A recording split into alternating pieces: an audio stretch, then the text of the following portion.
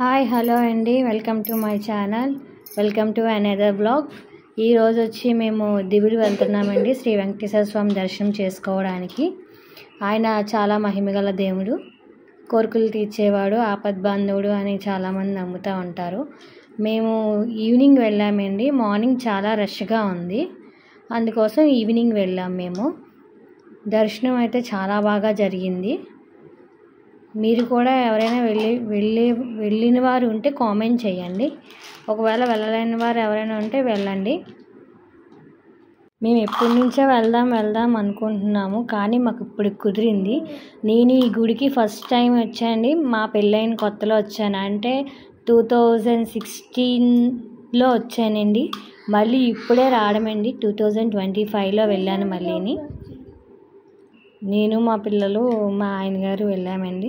గుడి అయితే చాలా ప్రశాంతంగా ఉందండి. ఇక్కడ వచ్చి కొబ్బరికాయ కొంటున్నామండి దర్శనం వెళ్ళడానికి.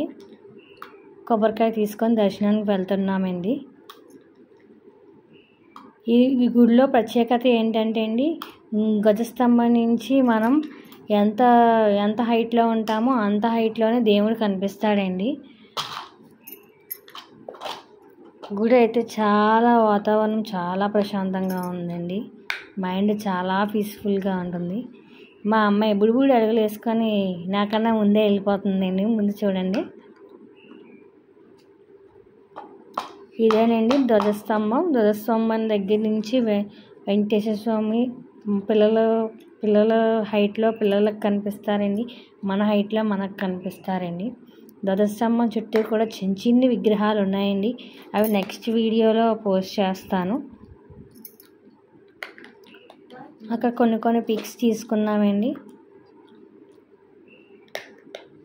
చూడండి, వాతావరణం ఎంత బాగుందండి, పీస్ఫుల్గా. గుడి చుట్టూ కూడా చాలా బాగుందండి.